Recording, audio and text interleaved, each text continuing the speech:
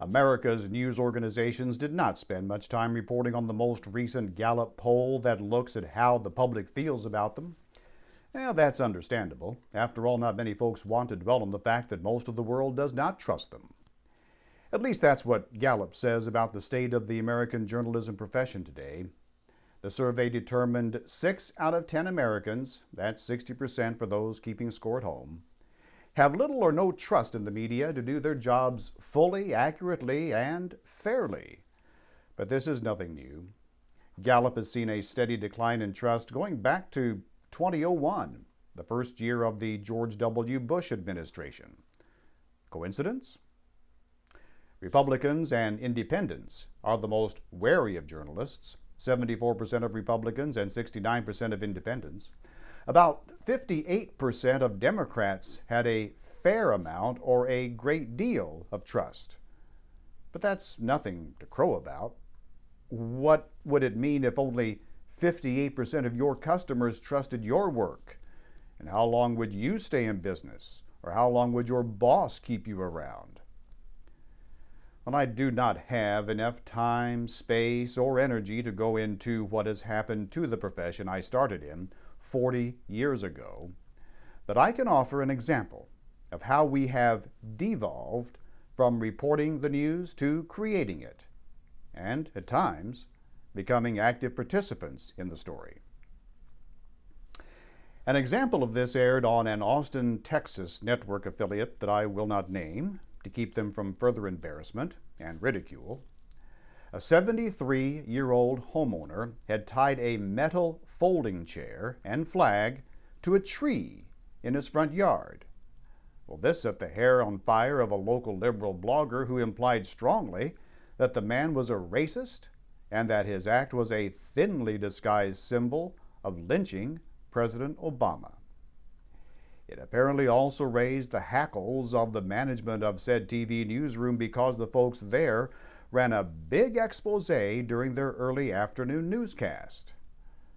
The breathless anchor proclaimed that they tracked down the display, probably thanks to the blogger who provided the homeowner's address and telephone number, and were ready to roll the complete unedited confrontation between the station's reporter and the homeowner.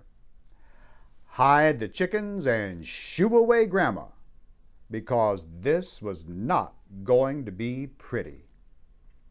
And so began the entire 3-minute and 40-second verbal sparring that turned out to be more of an indictment against the station, its management, and by association the journalism profession, than proof of racism in the Republican Party, as the original blogger contended. The reporter reprimanded, yes, reprimanded the homeowner by telling him he should realize an empty chair has racist meanings. Then, the reporter challenged him to explain why he was untying the chair if he didn't think it was a symbol of lynching. The reporter wrapped up the story by going live from the newsroom to say the man eventually put his chair in the middle of his lawn and kept it there, along with the American flag.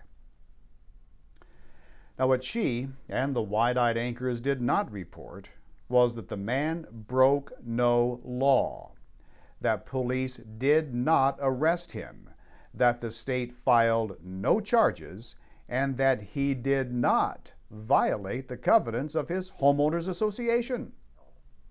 All he did was ruffle the sensibilities of individuals who believe the Constitution reserves freedom of speech only to their speech, and provide news organizations the opportunity to prove why the American public's respect for journalism is at an all-time low.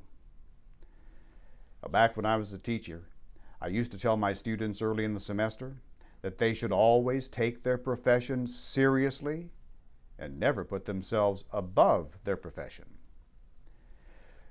Journalism, the gathering and reporting of news and information, is one of the most important elements of a free society. It should provide us with the unfiltered information and knowledge we need to make intelligent and thoughtful decisions about our lives and the future of our nation.